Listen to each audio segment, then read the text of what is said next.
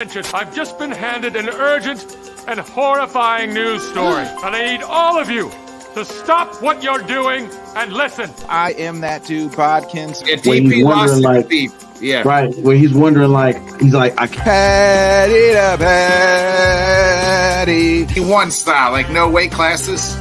Yeah, basically, like I said, there's been a couple guys that are like, It's ridiculous. No way.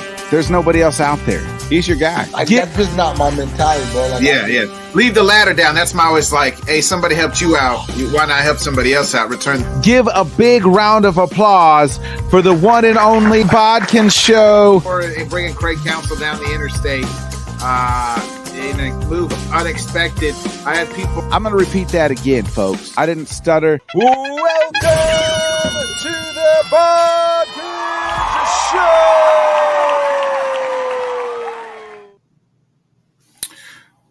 Good evening, everybody. Welcome back to another great episode of the Bodkin Show. I'm your host, Bodkins. Holy shit. I've been gone for a week, took a little week off. I went to Detroit, and as we were going live, I just realized Twitter's like, hey, this whole week while you were gone, you don't have a premium account, so you can't go live on Twitter anymore. So what kind of fucking bullshit is that, Elon? Man, these rich, greedy bastards get more rich and greedier day by day. Anyway, in case you aren't following me on Facebook or anything else like that, please do. Official Facebook. I got the banner somewhere around here, maybe. Either way, but please follow it on Facebook, The Bodkin Show, if you haven't. I was in Detroit the last week. It was great. Went and caught a Tigers game. That was fun. Comerica Park, folks, super nice. I will say that. Enjoyed Comerica Park. Enjoyed their stadium. To me, one of the better stadiums I've been to. I have a bucket list to go to all the baseball stadiums now. I'm not even halfway there yet, but I've been to about 7, feel like, so maybe close to a quarter of the 28 teams, but. I thought ranked right up there. Obviously, Wrigley will always be home to me, my favorite, just because that's where the Cubs play. But man, Comerica Park right up there. Target Field in Minnesota is good. But Comerica Park, I was super impressed. Great seats, just the atmosphere. A lot of things to do there for kids and things like that. So that was great. Missed the guys on the LTS show. If you missed their last 2 episodes, please check that out as well. So I initially planned to kind of maybe do a solo show tonight, but I sent some feelers out, and we negotiated a trade. I said they called me and said, hey, we need Mr. First Down Monday night. Would you mind lending them to us? I said, you can always have my sloppy seconds, but you got to come on my show because I don't have no guests. So welcome back. They've been frequent flyers. They're going to actually join us on the AFC South preview on Thursday night on the LTS show. But my good friends way down in Houston, Texas, Carlos and Rios, baby. What's up, man? I honestly think you got the better end of the deal. You got both of us while we got Sam. What? We get the slump buster Samuel. Yeah. Exactly. I know how to negotiate a good trade. So, it was a 2-for-1 deal for 1 hour. Boys, how you been? I kind of want to stray away from the Texan talk too much because I know we'll get into that on Thursday night. But the Astros, let's start there, Carlos, because to me, like, they were kind of left for dead in April and in mid-May, and now they're back in first place where I think you guys thought they would be all along. Yeah, I'm going to give it to Rios on that one. Rios actually mentioned that, honestly, this team at first, it didn't seem like it was going nowhere. It was just everything after everything, injury after. Like, right now, the Astros, honestly, just have one ace, one or two of the regular starting rotation guys for the pitchers that – the year that the Astros last won the World Series in 2022, and that's Framber Valdez and I think Hunter Brown. I can't remember. Was Hunter Brown part of that starting? No. So honestly, just one, really. Everybody else is out with Tommy John or soreness or you name it. Like, everybody's out. And then one guy has been needs to be locked up because he's been stealing the bag from Houston's known as Lance McCullers, who he's been getting paid about $16 million every year to be sitting on the bench hurt. So, it's quite an accomplishment with the Astros right now based on all of the injuries that they've had. Altuve at one point, Briordon at one point. Right now, they're playing without Kyle Tucker, with their starting right fieldman, and then basically that whole starting pitching rotation is literally out. We've had Hunter Brown before, but this year he's turned it up a notch. Ronel Blanco has also stepped up in the pitching, and obviously you got Fromber. Fromber's been. Would you say he's been more consistent this season than the last so far? Yeah, compared to the last season. Because last season, man, he was more missed than hit. This year is a little more consistent. It's not where you want it to be from your, ace, but it's better than previous years, basically. Yeah, and then you got first year manager Joe Espada also trying to emulate what he learned from Dusty Baker and sticking in with his guys. Sometimes it works really well to his advantage, sometimes it doesn't. But overall, it's been great to see the Astros are still in it. Obviously, they're number one right now, still in the AL West. They defeated, which is funny because it was against the Mariners. They lost today 4-6, but they ended up winning the last two games against the Mariners. So that's still. They're still right at the top right now, so that's good to see. Just like I called it, I said it when they let Abreu go. Like I said, wait till the All-Star break. They're going to be back in first place, and they're not going to let it go. And what's been the key? Was Abreu the problem? Was he like the locker room problem? With I think baseball, to me, I always tell people if you have a certain team, it's different than football. Like football, you kind of follow all the sports, right? I think fantasy has a lot to do with that. Baseball, I think. At least for me, and I think most people view everything as from outside, right? Other than your own team. Right. Like I view everything from the Cubs' point of view, but I don't really know what's going on with other teams, other than the standings so much, or what's what. But what's been the turnaround?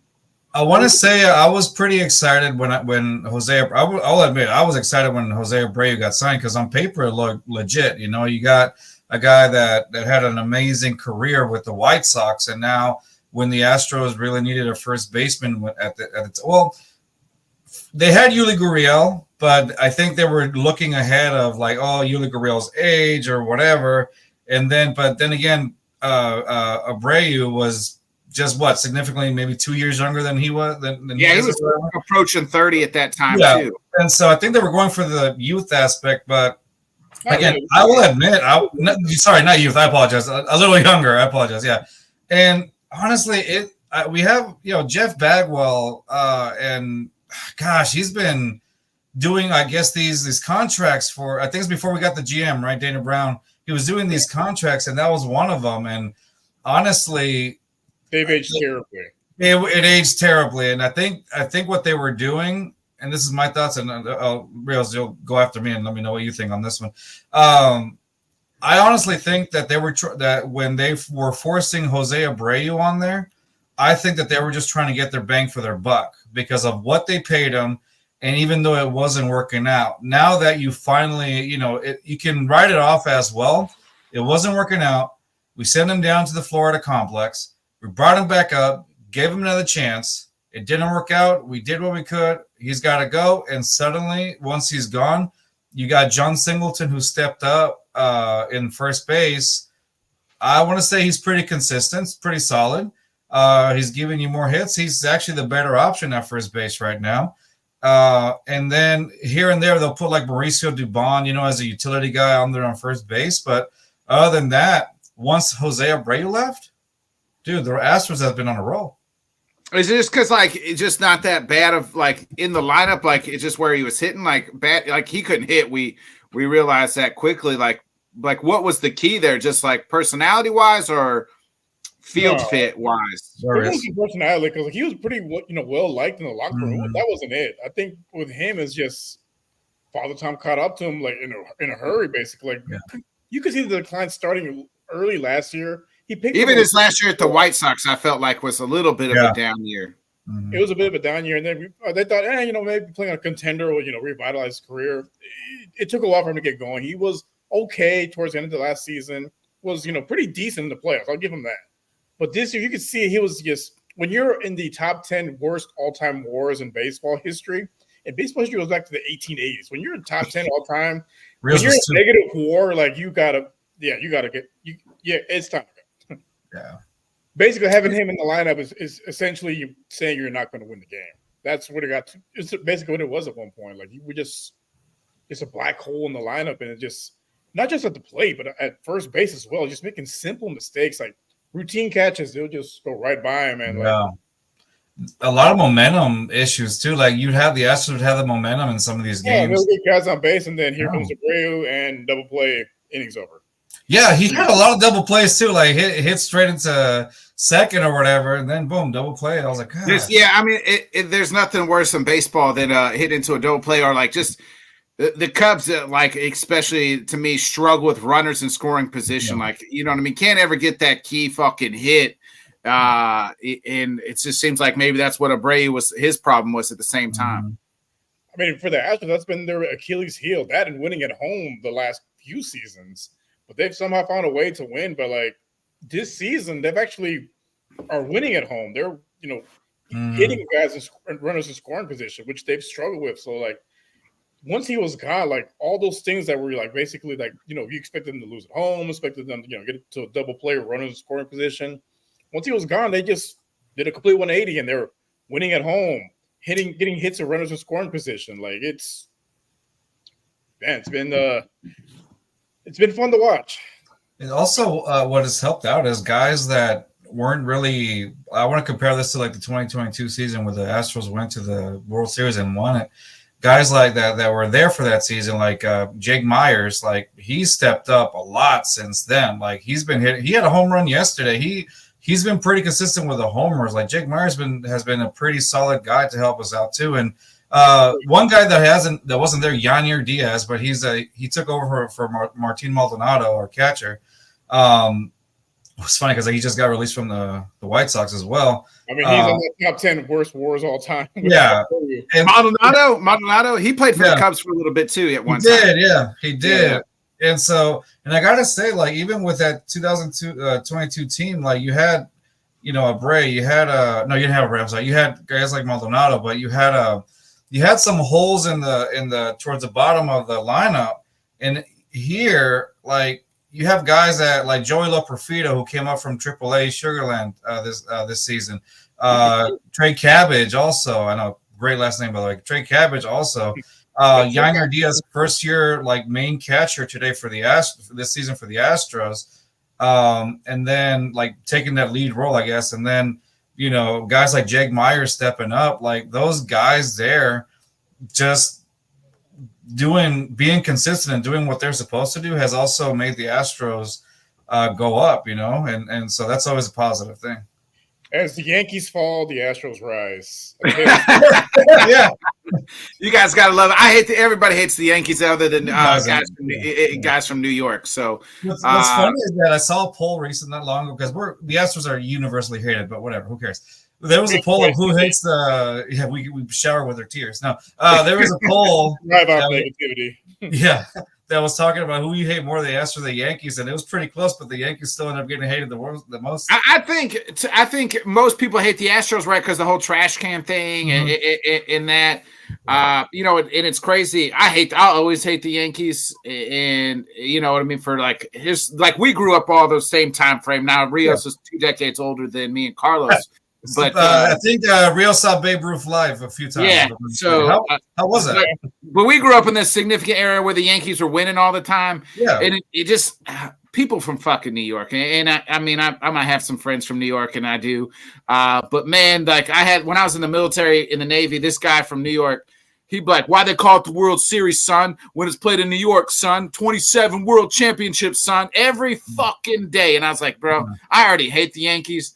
You make me fucking hate them even fucking more because of that bullshit." Weren't you maybe like 30 years ago? Shit, haven't won Sounds like a Cowboy fan, dude. They haven't won a World Series since what, 2009? It's been 10 plus years, almost over a decade, which is the longest time since probably the 80s. You know what I mean? But I do think that people hate the Astros because of the trash can thing.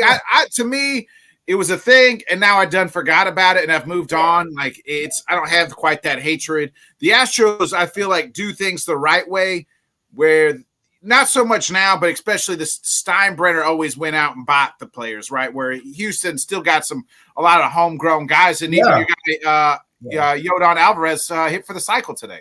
What's funny is that like they thank you Dodgers, by the way.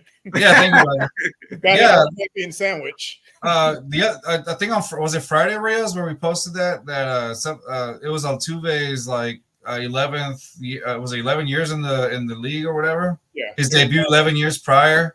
And then so the tweet that you sent about that dude that was getting roasted all day saying, trust me guys, I'm a data nerd or something like that. Yeah, he's one of the editors at The Athletic. And he was like, hey, I'm an analytics nerd, blah, blah, blah, saying, a guy Altuve's size that's, I know he's listed at 5'7", but he's really 5'3". Those guys don't make it in baseball. And, 11 years old, I don't know how that's, he's special. You know what I mean? Like, maybe not the average 5'3" guy or 5'6" guy doesn't, but Altuve, especially, he's built a Hall of Fame career already.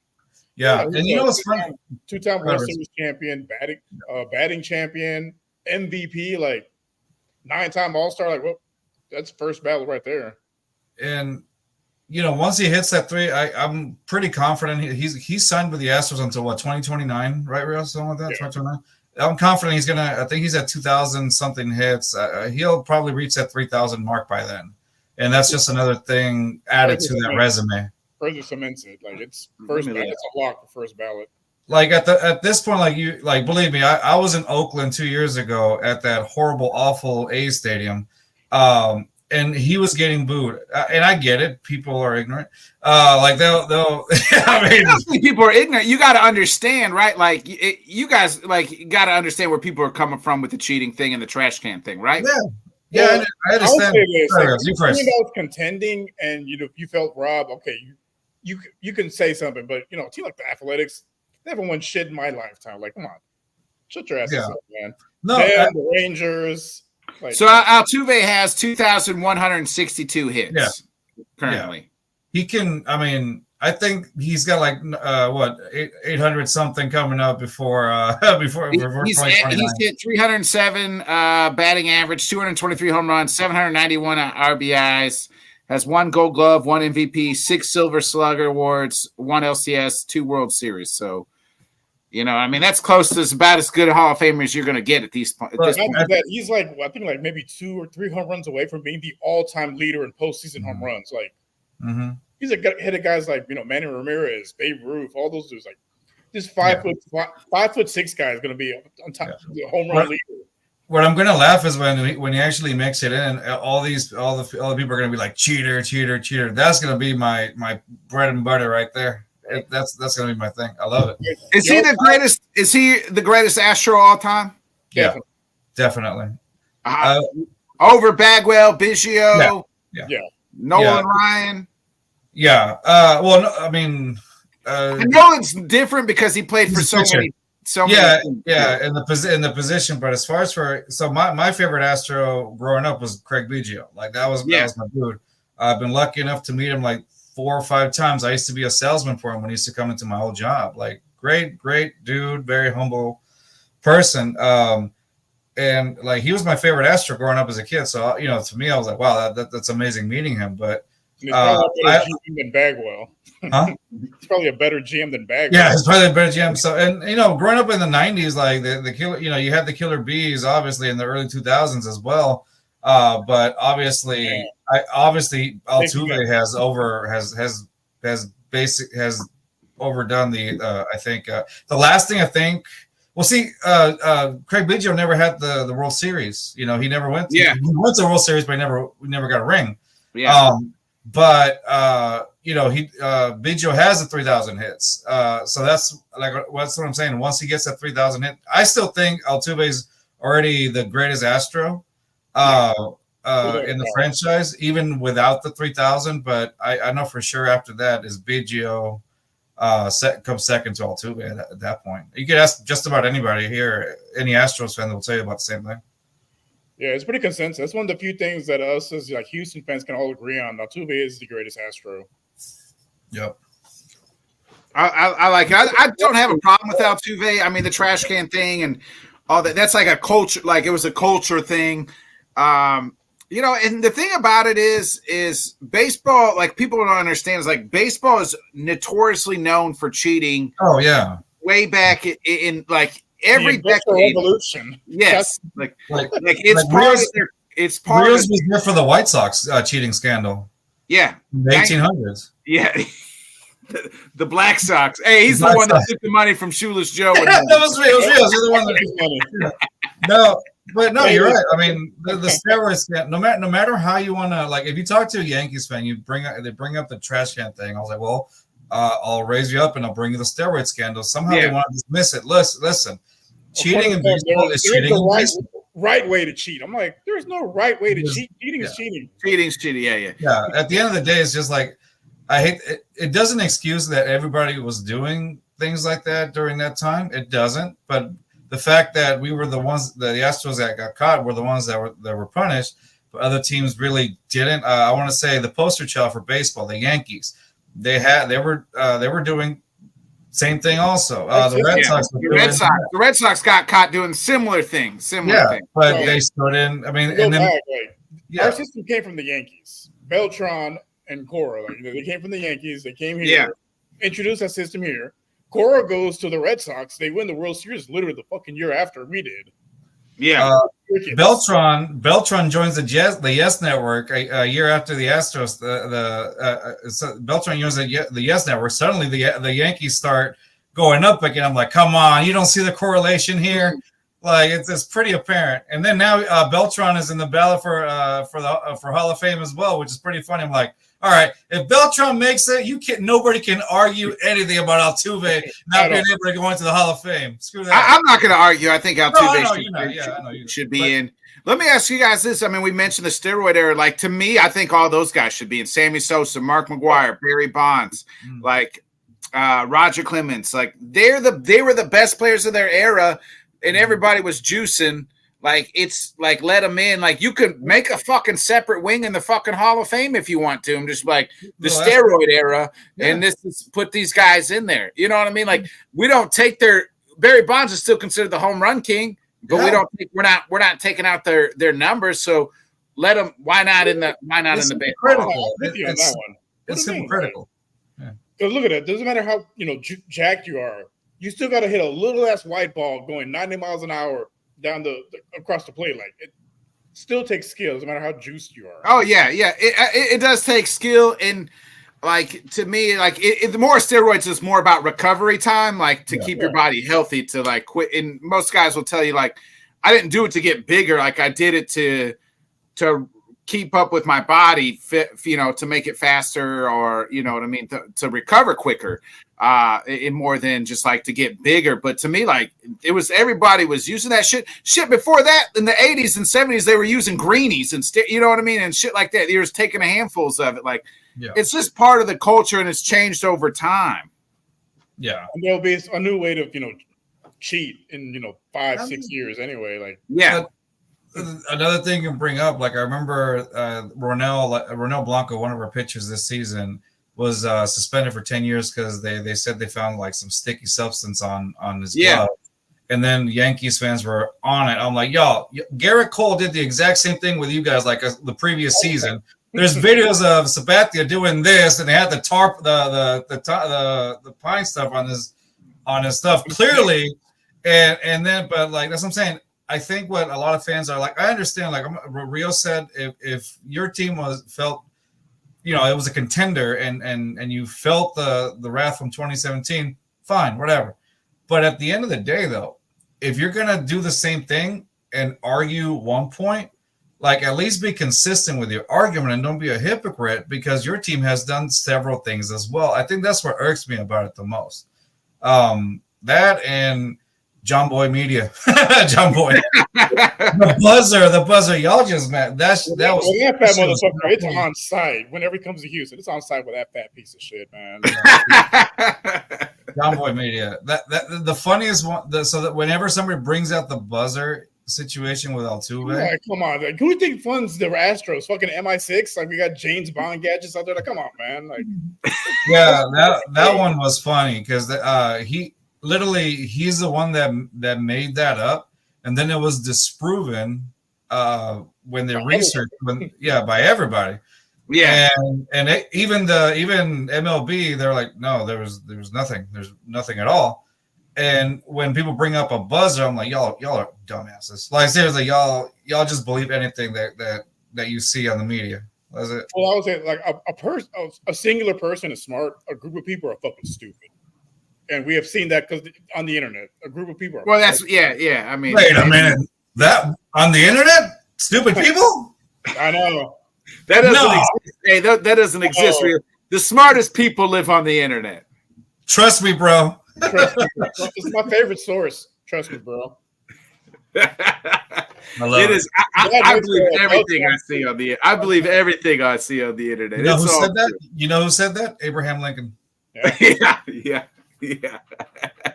Right before he went into the movie theater. Yeah. Right. He was like, "Yeah, son, you can quote me on that." Going live on IG later.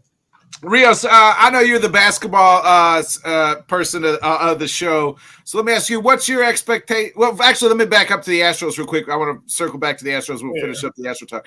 What's your guys' expectation on the rest of this season for the Astros? And is there somebody that they need to go out and get or add? Because obviously you guys are going to be buyers. You know, is it starting pitching? Is it relief? Like, what do the Astros kind of need to separate themselves from the Mariners, or even I don't know how the fucking Rangers are doing. They're as you know. usual. Yeah. I think for the Astros, that they've got to be buyers.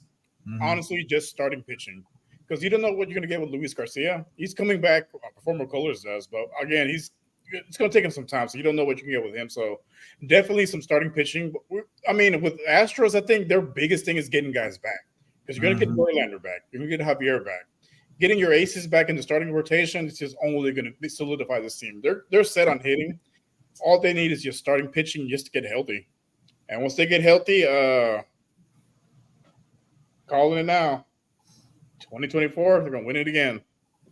Whew. So Rio's got the World Series, Carlos. I know you're not quite as Homer. That's why he's wearing the H hat. It stands for Homer, not Houston. Shit. But, damn. As I've What's proven your- multiple times, I'm usually right when it comes to this kind of stuff. Rios Nostradamus, Rios Damas. No, I'll agree with Rios on. I'll agree with Rios. I think once the Astros, they're going to be buyers, and I think starting pitching is a dire need for them because it's all about just about every starting pitcher that the Astros have is out on the IL. Two of them out with Tommy John. Christian Javier's out with Tommy John, and I think Urquidy, right? I don't know if he's still out. He's out for another year, right? Urquidy is Tommy John. Javier is Tommy John. And Garcia had Tommy John also. Well, Garcia's coming back from Tommy John. Yeah. He's So and also McCullers coming back from Tommy John. But yeah, so there a lot of TJ going on. Yeah, Still. a lot of TJ going on. But these are all like starting pitchers that the Astros have that they have World Series experience. Just about all of them. And it's like they desperately need starting pitchers. I will say this to Rios' point, once the Astros get their starting pitchers back, it's in the AL West, especially the way that the Mariners are right now. They were at the top, but now they just can't seem to keep scoring like they were at the beginning. They weren't consistent, and they started declining. The Rangers, I'm 100%. They're pretty much like a one year like in and out. That's all it is. They're 5 games back now. I guess somebody told me this, and it's every other year. So when Bochy was with the Giants, they'd win the World Series. The very next year, they'd finish below 500. Yeah, and then come back and win the World Series, finish below 500, come back and win the World Series. So this is kind of on par for a Bruce Bochy team after they win the World Series to kind of finish below. Houston and Seattle are dead tied right now. While the Rangers are 5 back. Yeah, I think with the Rangers, their issue is like they basically they were huge buyers to get to that World Series, but now it's time to pay the piper, and they're going to have to be sellers. They're going to have to sell a lot of these players because their payroll is bloated and they can't afford it. And maybe they sell Max Scherzer. Max Scherzer's already getting paid by like 3 different teams this year. So maybe another team picks up the tab. What do they pay? $850 million, I think. $850 million to get that, to basically get that World Series. Well, hey, I don't blame them for getting. I don't either. No, me neither. You can't because you went all in and it worked out for you. You know what I mean? Yeah. So that's what I'm saying on that one. Just to finish the thought. Once the Astros start getting their pitchers back, I think Verlander is playing. Was throwing like 40 pitches the other day, so he's on the verge of it. Luis Garcia is another one of our starters that was out. Has been out since a year because of the Tommy John. Did the rehab assignment, but then they pulled him out of it for a little while because of the soreness or whatever. And so he'll be coming back. I want to say probably mid-August, late August, somewhere around that time frame. Urquidy is always a guy that's kind of like he's either going to do a great job for you or he's going to really suck. It was almost like no in between. When he's deadlocked in, he's deadlocked in. You know what I mean? It just depends on that day. But he's honestly like that injury that he got last season. Like now it's been bad. He's going to be trade bait. Yeah, he's going to be trade bait. Him. If anyone takes McCullers, they'll be trade bait. I can't see anybody taking Lance McCullers anymore, though. I don't think he's the same. Yeah. I mean, if he comes back and does decently, you can probably dangle him for a team desperate for starting pitching or even a middle reliever. But But that 2022 Astros, they had solid pitching, and that's really what got them to where they were. One of the reasons. It was elite. That was what carried. It was elite. And now all of those guys are basically out on the IL. Verlander's out too, right? Or for a while, yeah, he's going to be out for. Be back soon. He'll probably be back by like end of July. Hey, how much longer can he keep pitching? Like his arm. What was this thing? I think he had to pitch how many innings in order for the Astros to avoid the Mets' contract? Well, I think he's I think at this point they don't have to worry about paying it because he's missed a lot of time. Yeah. So it was a pitch count. It was a inning count. Like an inning, yeah. Yeah, he's not going anywhere though. Jim Crane loves that guy, and he's not going anywhere. Yeah, he'll retire an Astro for sure. But nonetheless, he's on his way back. So I think they're going to start getting these pitchers, or at least some of them, back at the right time. You get it back in August, Get back, yeah. If you get them start back in August or something like that, then you got that September. And you can make it. It's going to be pretty competitive. But I honestly, right now, if the Mariners, there was a good while where they couldn't really score anything, and so if that continues, I don't see anybody else in the AL stepping up. Angels are not going anywhere. Neither are the A's. The Rangers are they're 5 games back, but if you don't know what's happening with them. So at the moment, the way that the Astros are going hot, if they keep it up. Don't be surprised if you see them again, where they should be. Like Jeff Hassan said, the Astros are inevitable. Yeah, they are. I mean, they are. Real quick, this just came across today.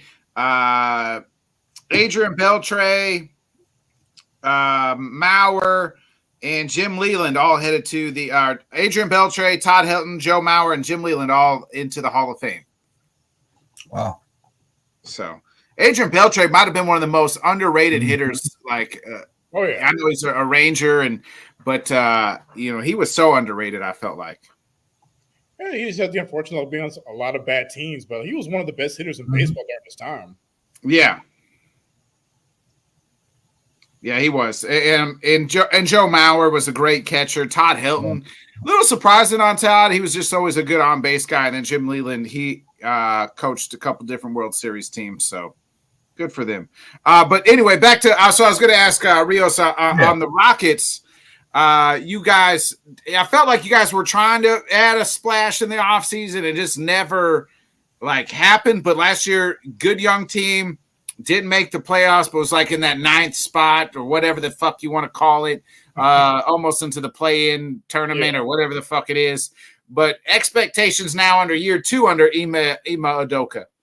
Well, I think with a lot of the splash signing, that's mostly like the national media. Like the local guys here, like they're good with the roster. They're not trying to add anybody splashy. Like they're pretty good with the youth that they have right now and the veterans they have around them. They're again most of those. They're trying to have Kevin Durant. That was the national media guys. It wasn't the local guys here that they're actually in the building with the Rockets. I think with them, the expectations year 2, they got to make the playoffs. Not just the play-in, but the playoffs because they were. If Sengun doesn't go down, they make the play-in at least. He was balling out. He was balling out. One of the better like unknown players. I felt like if you're not like a fan of the Rockets, just like a fan of the NBA or basketball, like he's very kind of unknown, underrated. Oh, he definitely blossomed under a Coach Udoka because with our previous coach, he would bench him at times. I'm like, this is the best player on the floor. Why are you benching him? But he had his own system he wanted to run, and it was a terrible system. That's why he's with the Pistons now. But yeah, like with Sengun, like that's the guy they should build around. Like he gave Joker a run for his money every time they played. Like we were the only team in the league that had a winning record against Nuggets. Like everyone that played Nuggets this year didn't have a winning record against them, but the Rockets did because Sengun would just ball out against them.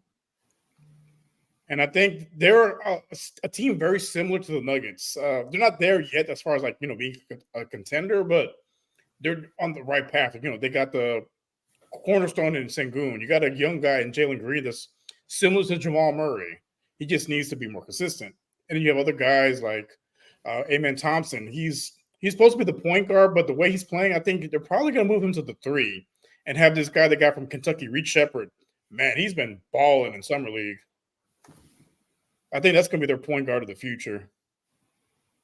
It was like they. I just felt like, I mean, again, you're in the town and you're following it more closely than I am. It seemed like the national media was like, hey, they're going to try to reach this guy. They're going to try to go out and get this guy, and it just never came to they wanted to make a splash. But I was like, man, just keep. To me, it's like the Magic, keep building this young core together, and then you guys could be like the Nuggets. Or even like the Celtics. You don't need to quite go out and get a big splash. Continue to build this young core together. Exactly, because Udoka, he built that Celtics team. He knows how to build a roster. It's just they didn't win the championship, but he knows how to build a team, and he's building the team in the same fashion. Guys that give effort on both ends of the court, and the best player is going to play. It doesn't matter if you were drafted, in the first round, top 5 pick. If you're not playing hard, you're going to get benched. And we saw it all season, and I'm all for it. If you're going to be out there, you're going to be, 100% on both sides of the court because basketball is a two-way sport. You can't just play offense and just coast on defense. You got to play hard on both ends of the court. Yeah, I'm 100% with you on that one. It'll be interesting. I don't know if they'll make the playoffs next year. Who the fuck knows? Now the West is pretty stacked, but I think I'm pretty confident this is a 50-win team, and they at least 6-7 seed. Wow. Again, another homer pick. I wouldn't say that, but I mean, hey, we'll find out. I mean, if someone doesn't go down because they were, they were a top 5 team most of the season down, and then they fell off a little bit because again, the West is pretty competitive, and it is. It is obviously the tougher conference. You got it's like the Celtics in the East, and everybody else, and with the West is so jammed up, and we'll see what happens with couple moves that have been made here and there, so it'll be interesting to see what happens there in the NBA. I do want to ask you. I will ask you guys a couple texting questions that we may not get into Thursday night. Let me ask you guys. Last year, you guys were not the hunted. You were the hunter. This year, it seems like you guys are going to be the hunted. Everybody's national media. The hype is going to be for real. We saw CJ Stroud ball out. Play really well. Tank Dell could have been, rookie of the year almost too until he broke his leg. But Nico Collins had his breakout year. You guys add Diggs. Now you got year 2 with Stroud. You got year 2 with D'Amico. The staff stayed together. So it's year 2 of this regime, and everybody's looking at you guys to kind of. I mean, people are fucking talking. AFC Championship game. you and Chiefs almost. Like, are you guys nervous with the high expectations? Because expectations probably haven't been this high. I don't know ever in Houston to me. I don't think ever. Even like the JJ Watt teams, like, right? Like, to me, like, they just never had, like, hey, they're going to be pretty good, but they're not going to be like, they might contend for the Super Bowl if it wasn't for this guy named Patrick Mahomes in the Chiefs. Are you guys worried about being the hunted, or what's, you know? I'm going to ask Carlos because Rios is going to say they're going to win the fucking Super Bowl. So, actually, let me go first. I will say, because I think CJ Stroud. Please, Rios, go first. Hey, this is my fucking show. I said Carlos is going straight. No, I think Stroud, he knows that they're being hunted this season, and the expectations are definitely higher. For me personally, it doesn't worry me because again, like, I think they have the right leadership in place. Like, they got guys like D'Amico and Stroud, like, you know, they are leaders of men. Like, they know how to control the locker room, and I think they're gonna, you know, basically have everyone like locked in. And I'm not too worried about the expectations. I think these guys are gonna play better than last year. It's gonna be tough because much tougher schedule. You're playing a first place schedule now, so this could be a lot tougher. But hey, you know, one of their mantras last season that Coach Ryan had said was, you know, iron sharpens iron. They do it in practice. I think they bring this same philosophy this year. Like, hey, you want to beat the best, you got to play the best every week. And hey, we'll see how it goes. Carlos. So I'm going to agree on Rios with not worried. I think D'Amico Ryans came out and he was asked, does any of that bother him? He said, nope. He says they're focused on the football. You know, obviously gave the coach PR answer or whatever. Yeah. What I've seen is CJ Stroud go on different podcasts and be confident. You're not going to go out like that and be that confident if you're not really sure of yourself. You're not going. CJ is not the kind of person that doesn't seem like the kind of person that's going to go out there and talk out of his ass if he wasn't sure of himself. Does that make sense? Like, if he has that confidence right now, he knows that he can get the job done. You know, the Texans did a great job at surrounding him this offseason with weapons that no matter where you are in this zone scheme, somebody's going to be open for CJ Stroud, even the running back at Joe Mixon. You know, they just signed Cam Akers today too, by the way. Yeah, is that, to me, that's telling that Dameon Pierce is probably getting cut. That's another thing. Yeah, or trade bait. You know what I mean? I don't know, or something. Nobody. I mean, let's be honest. It's not trade. Like, nobody's trading for a running back these days. Yeah, he's still young though. That's the thing, and he could be using that system. And if you really think about it, he only had one season where he was the main guy and he was getting hit. Last season, I mean, he wasn't really used much. He was used as a punt returner at one point. You know, and the only thing I can see maybe trading for would be the Cowboys, just because they run a similar running style that he excelled in his rookie season. But other than that, like, he's not really. There might be every team's gonna like, hey, they're gonna cut him and then we'll just sign him. Then you know what I mean? Yeah, it might be there, and you might get like, I don't know, maybe some late rounds or something like that. Seventh round pick, you're gonna get a seventh round pick. Yeah. You know what I mean? Yeah. Yeah, when I say trade, I don't mean like he's going to get like a second or first round. No. Be like a later round or anything. But other than that, like they surrounded him with weapons. Like, somebody's going to be open. If you're lining up your CB1 against Stephon, okay, you got Nico lining up against your CB2, and if that doesn't work, you got Tank Dell, you know, or however Bobby Slowick decides to disguise it. And if that's not enough, now you got Dalton Schultz and a guy that, you know, Rios called last year Tank Dell. I'm really high right now on Cade Stover, another tight end the Texans got from Ohio State. So that might be somebody that we may see as a dark horse, you know, come out of nowhere. So there's definitely weapons on paper right now. On paper, this team looks pretty damn solid, and I can see why outside noise is saying that they could be contenders because they feel that way. They have a stacked team, not necessarily just on offense, but on defense as well. They acquired Danielle Hunter, who basically chose to go to the Texans for a much cheaper deal than what the Colts were offering him. They acquired Danico Autry as well, in the DT position. Then you got Will Anderson, who's bulked up, and who's bulked up this year. So mentally, he looks ready. And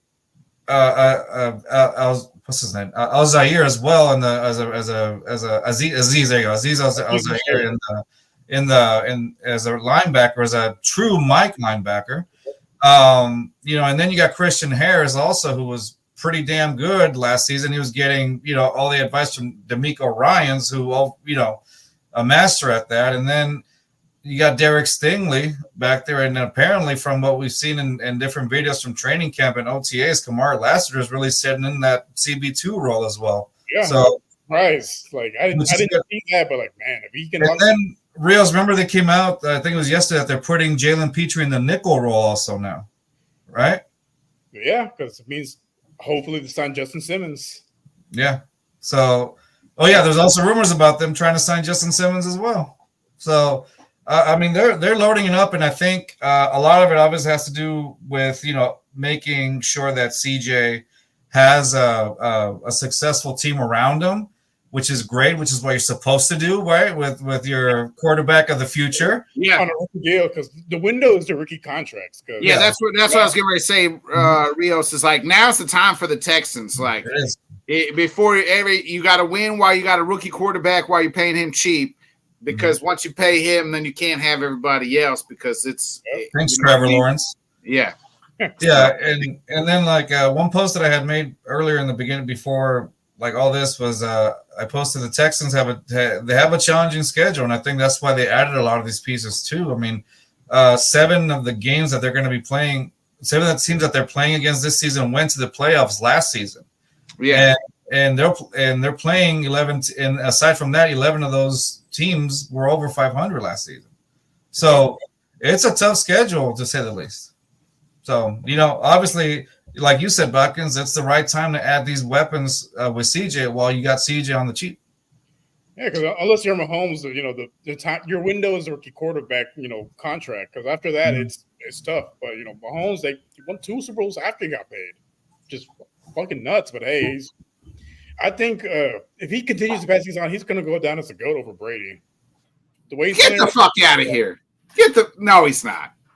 Get the fuck out of here. It's not either. Rios, you've been drinking too much. He has 3 Super Bowls already before Brady. Oh, Mahomes? Oh, okay, Mahomes. I thought you meant Stroud. Well, I was like, no. Okay. I could agree. Yeah, okay. My bad. I was thinking like you were saying Stroud. You're smoking there, I would hope so, but I'm not going to say that yet. He has to win one first. I can even say something like that. Yeah, I think Mahomes could go down as the GOAT for sure. Yeah. He's got – the thing of it is with Mahomes, man, it's like he's still young, bro. Like the guy's only been in the league 6 years now, 5 years? He's only started 5 years, right? And then this he got drafted in 2017, but he didn't start, so about 6 years in the league playing. Yeah. Yeah, and he's won 3 Super Bowls already. Been to 4. Yeah.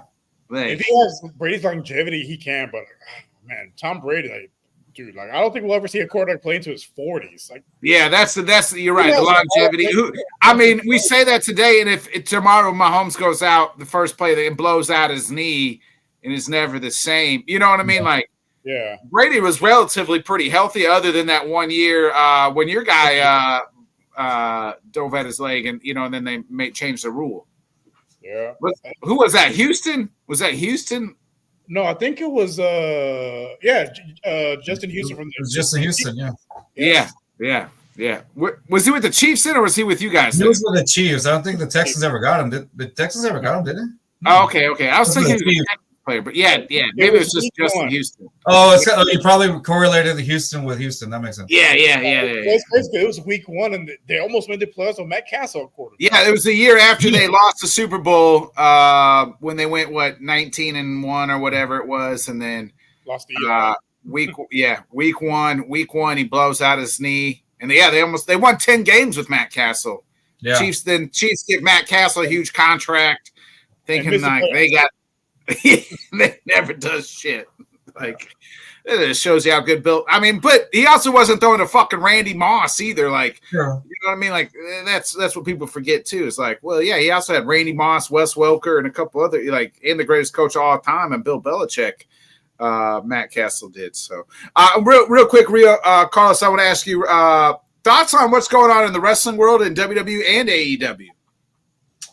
You know, I don't know how many more of like the Bloodline members we're gonna keep adding. That's my. Yeah. You're gonna have a whole arena full of like. And now, like, bro, like we're on second and third cousins at this point. The rumor mill is saying that Roman Reigns returns in SummerSlam, and I think obviously he's gonna be the face now. He's gonna be a face. Yeah. So, which is kind of. So if you remember clearly when Vince was trying to make Roman a face, like it did not pan out well. I think it didn't land. It didn't land at all. People were just he could not be a face. But now the best way to be successful, I feel like, is be a heel first. Like it worked for Steve Austin, it worked for The Rock, Triple H. Like when they went heel.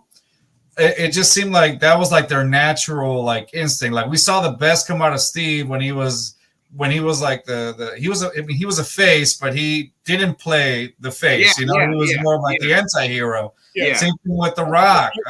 When The Rock was kind of like, hey, and all that, nobody cared for The Rock. Everybody hated him. Like, you get out of here. Yeah, and come on, people were saying "Die Rocky died." Nobody cared for The Rock until he started becoming like an asshole. Who he was, who he is, who he is, and I think with Roman, the most protected storyline in wrestling, really, the one he just finished up, Cody. Like, I think I'm curious to see how much influence of him portraying that heel character, how it's going to translate over into the face. You know what I mean? Yeah. How is it going to be this time now? Like, am I going to buy into it as a essentially a consumer? Really? How is it going to work? Is it going to grow stale? I gotta say, the storylines since Triple H has taken over have been pretty damn good. This is most I've been invested in wrestling in a long time, and that I actually look forward to. AEW, they're it's still there. I think that they try to I think AEW's like pay-per-views are so fucking good. But like their weekly stuff is not very good. Like, does that make? Yeah, they don't have great storylines. But shit, when they fucking put on a pay-per-view, those matches are fucking are great and they're fun to watch. But like their weekly stuff, the dynamites and the collisions are kind of fall flat for me. Yeah, I feel like is more of a TV show. Yeah. And it has wrestling, and you get more. I'm more of a storyline wrestler. Like I love storylines that in characters. So that's what I tailor to. So that's and where WWE does well. Yeah. Their pay-per-views since H has gotten over where they've cut them in half, and it's only like 6 fucking matches on a card. It's way better than where it's like a 3-hour fucking long marathon. Yeah, well, you get tired after like, all right, damn. Still like I remember some WrestleMania's like, shit, it's only the third match, and it's already like 4 hours in. Yeah, no, I agree with you. I AEW, when it comes to like their daily, like not their weekly shows, like Dynamite and Collision, like I don't really like. It doesn't attract me. I don't want to see it. But you're right about the pay-per-views. Will Ospreay and MJF. Yeah, that was a match. That was a great match. One of the better matches I've seen this year overall. But MJF, Will Ospreay, like don't get me wrong, I like the fact when they got Will Ospreay, I knew that the quality of matches with MJF and when they put him with the right people, it was going to be fine. But it's just I think as time develops, I don't think the thing that I hate about AEW is that they try to take too many shots at WWE. But I felt like, you know what? Focus on your own storyline, create your own storylines. Exactly. I thought Edge is just too damn old to be doing stunts like that. Like he hurt him, like bro, like seriously, like that's And then Tony Khan, bro, like Tony Khan will come out and say some ridiculous shit. Like he said, Edge. This is Edge's like the most what do you say? This is like Edge's most. This is his best work ever, or something. Best work. I was like, no, it's not. You know what I mean? Like, no, it's not. Yeah, Chill out. yeah. So the best version of Edge when I was in high school. Like, come on. Yeah. Like Tony, I think Tony Khan needs to like stay out of the way for a little bit, and somebody put his phone down. Just you know what I mean? Yeah. I don't want to get all political, but I used to say the same thing about Donald Trump a little bit. Like he would do so much better. Like if he just somebody fucking took his phone away and stopped. Like don't press send. Like you can't tweet this out. You're the fucking. You president. can't tweet every single thought that comes to your mind because if you did, a lot of people would be canceled, including all of us. So it's like you gotta really. He needs somebody to handle his social media account and be like, I don't think we should do this. You know what I mean? Yeah, exactly. And so it's just like, dude, like, I don't know. I think Tony Khan's his own worst enemy. But then again, he does own part of the Jaguar. So what does that tell you? Yeah. His dad owns part of the Jaguar. Yeah, his dad's sorry, but it stems down. I feel like there's some things that it's all connected there. But honestly, I feel like if you know what I like? I'm sorry, this is totally random. I did like the Stadium Stampede matches, though. Those were pretty fun and random. Those were pretty fun. But all right, going back to this, I think AEW with the pay-per-views, it works fine. I think eventually, as time progresses, I think if they're able to get their storylines and a little bit more believable, like I get it when AEW started. Like it was almost like a club where like, hey, you know that we're BSing here, and we're letting you in on the joke, kind of like a fourth wall breaker. Cool, that was fun for the first few months, but now that you keep doing it every single time, it's like, okay, I get it. Like, just give me. I'm here because I believe in this shitty product. Now give me a shitty story so that I can spend some shitty money on it. But you don't do it. You're not good at it. WWE is doing it. I know all this is theatrics, but damn it, make it as believable as possible.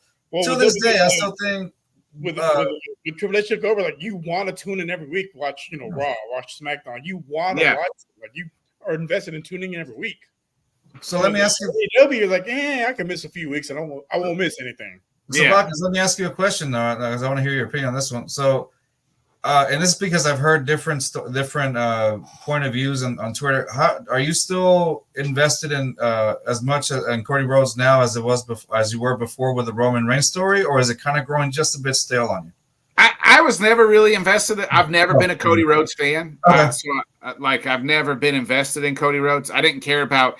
I have to finish the story. Okay. I have to do this for my father. Yeah. I have to beat Roman Reigns. I don't go back to fucking Stardust. I've never been I just never been a Cody Rhodes person. Even in AEW, he's never won me over. Okay. Sam's over there crying right now, by the way. Yeah, and I've told Sam this. Like I've never been like I wanted The Rock to beat the shit out of him. I was glad Roman Reigns beat him 2 years ago. In WWE, I don't care about Cody Rhodes. I've never cared about. So like, I'm probably the wrong person to ask. Okay, I thought you were. I thought you were. That's why I was. That's what. No. So I've never been invested in Cody Rhodes really. I think he's okay. I don't think I'm a big promo guy, and I've never it may be like that's just because like what I love talking on a microphone too. So I love big promo guys because. It just part of me like resonates with them. Obviously, you know what we should do? Sorry, you know what we should do? There's this game, a Smash Mouth promo or something like that. We should play it, and it's a card game, kind of like almost like Cards Against Humanity, but not as raunchy. Yeah, depends. But one person holds the cards, and they give you. You're supposed to cut a wrestling promo based on whatever they give you. It's actually pretty. I'll send you guys the link, and it's pretty cool, and you get to like we could do a whole show of just us playing that and see how we can like who cuts the better promo based on whatever. Count me in. We'll do that with Sam. I bet Sam brings in LA Knight in every single one of them. yeah. Rio's doing Kevin Nash noises for some reason. But yeah, I've never been a Rhodes guy. But what's up, Rob? My guy Rob Thomas. What's up, Rob? But yeah, I've never been. So I don't want to say like I'm disinterested. I think part of that was the WWE's fault. Like they didn't have after he won the titles, like they didn't quite have like a great heel to match him up with, right? You know what I'm saying? So like he needs an adversary, like he doesn't. Yeah, he doesn't. Like, he need an adversary, like otherwise, like what's the point? What are your thoughts on the Wyatt Six? I like it. I like to see where it happens. I like to see where it goes. You know what I mean? I'm open to it. I get it. You know what I mean? So I want to see where it goes. What's your thoughts on like Solo Sikoa being the bloodline leader? I actually think Jacob Fatu, it amazes me every time I watch him. Yeah. I like Jacob Fatu. I read a thing before they brought him in. They were worried that he would outshine Solo.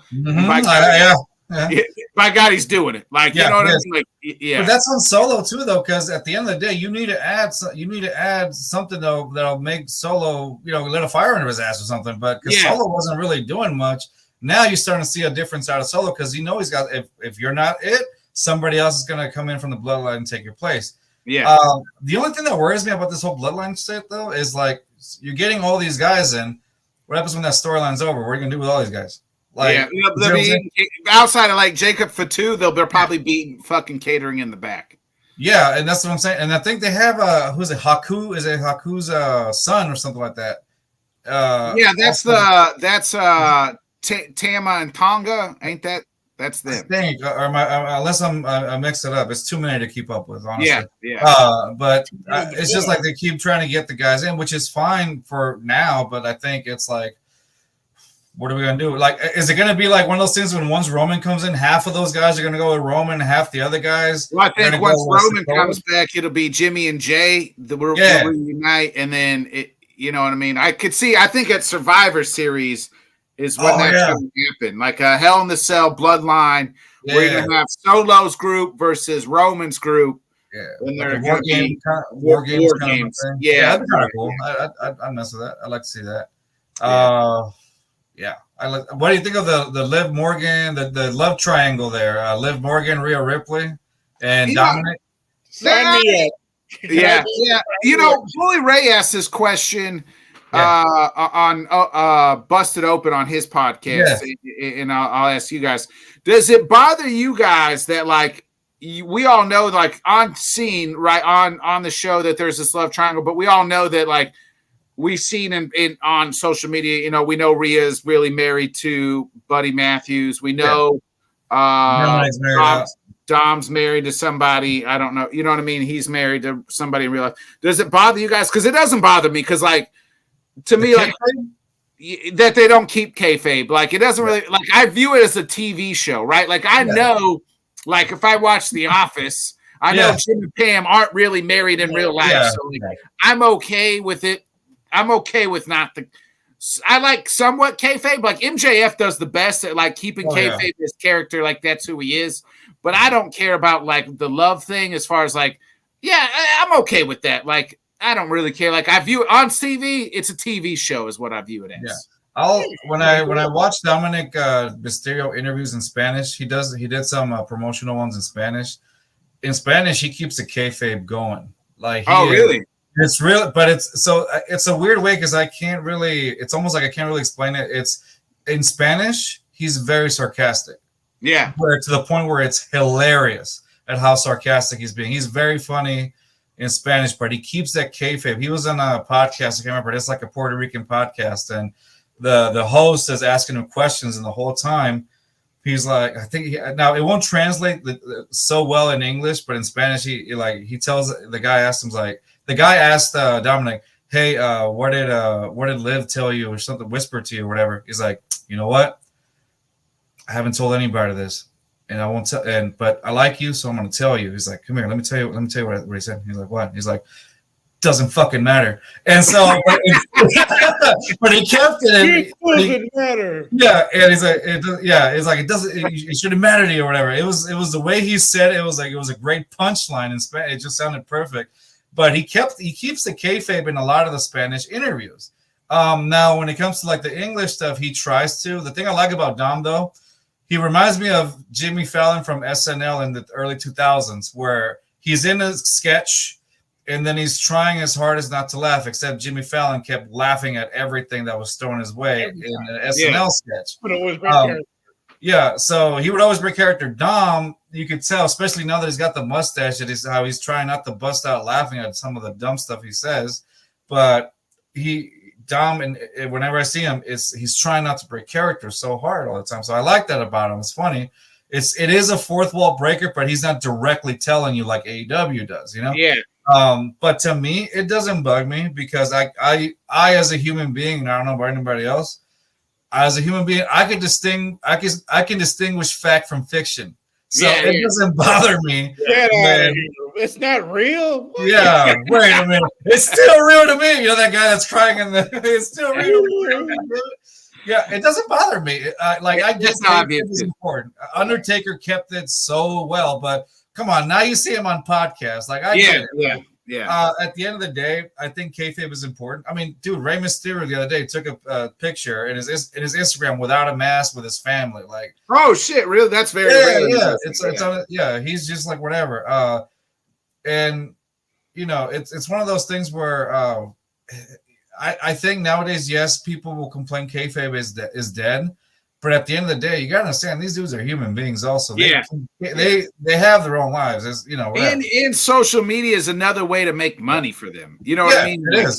I mean, look at Drew McIntyre. Drew McIntyre has been killer on Twitter with man, that's the best. That's the best storyline in wrestling right now to me. CM Punk and Drew McIntyre. Like, Drew is a freaking troll. When it was like I prayed for this and it happened. That was my favorite. Thing is I prayed for this and it happened. I was like, I love it. Drew McIntyre right now is my dog. Like I love Drew McIntyre. Same. Yeah. I like CM Punk just because Sam hates him, so that's also part of the reason I always kind of that makes sense. CM Punk is you either like him or you don't. There's really no in between. Yeah, there's not. Yeah, he's a great mic worker. He is. But the green skills, it's Yeah, he's a little. I think he's more of a. I think eventually, I don't think he would, but he would be a hell of a manager for sure. Like he would be a hell of a manager. Yeah. But you know, it's just that time. I don't know how his body is. I don't think his body's working too well in that wrestling thing anymore. But not that. I don't know, man. Rematch is a new injury, like bro. Like it's time to hang it up. Well, boys, we're at the hour mark, so we will cut her here. I appreciate you boys joining me. Tell the people where we can find y'all, and again, you guys know I appreciate you guys. I think very few people that do this thing are actually legit or can carry a stick, and you guys, I've told you before. I think you guys carry it pretty well and represent Houston. I've never been there, but represent. Let us know when you're down, bro. Sure. Let us know when you're down. Come over. We got you. You guys are my Southern brothers, so I appreciate you guys. I've told you guys that several times. I think what you guys do is great as well. Oh, thank you, man. I would say the brother part, because we fucking look alike, bro. You're white Bodkins, or you're Hispanic Bodkins, and I'm white. I don't know, whatever. I think I've told you. I don't know if I've ever told you. People, my whole life, people thought I was Hispanic. Like, Hispanic and Jewish. So much. Like, I was in Minnesota one time, and I was walking up the fucking stairs to a bar, and this guy fucking was like, "Hey, man, nice hat." I was like, "Oh, thanks." And then he starts fucking speaking Spanish to me. And like I'm staring at him, a fucking like blank fucking space. Like I was like, "No habla español, bro." Like I don't speak Spanish. She's like, "Oh shit, man." He's like, I thought you were Spanish. Like you look just like one of my cousins and blah blah blah. I'm like, "Nah, bro. Like I'm just a honky from fucking Missouri." Like he had this devastating look on his face when I told him I didn't speak Spanish. Like, oh, like I didn't know the tongue of our people. Like what I mean? I could tell. His parents didn't even raise this guy right. Like he doesn't speak our language. And so how does he have a whole cactus on his forehead and he can't speak the language? I was like, bro, nah, man. I was like, oh, you thought I was Hispanic? He's like, yeah, I was like, nah, bro, I'm just a honky from Missouri, brother. Like this. Yeah, man. No, like I told you before, anytime you ever down in Houston, man, come down. We'll do a show or whatever. We'll just hang out. There's a lot of no doubt here, brother. Food. I mean, I've shown you some pictures of food over there in our group chat. So we got a lot of good food over here, man. And I mean, it's fun. Whenever you get a chance, come down. Let us know. We'll clear up some days or whatever. Just come through, and hang out, bro. Definitely got to. Let the people know where they can find you at.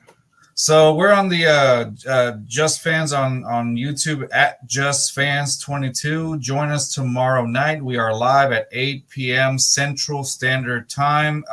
This also involves part of the trade that we did with Nick. I think still Nick got the better part of it. For sure.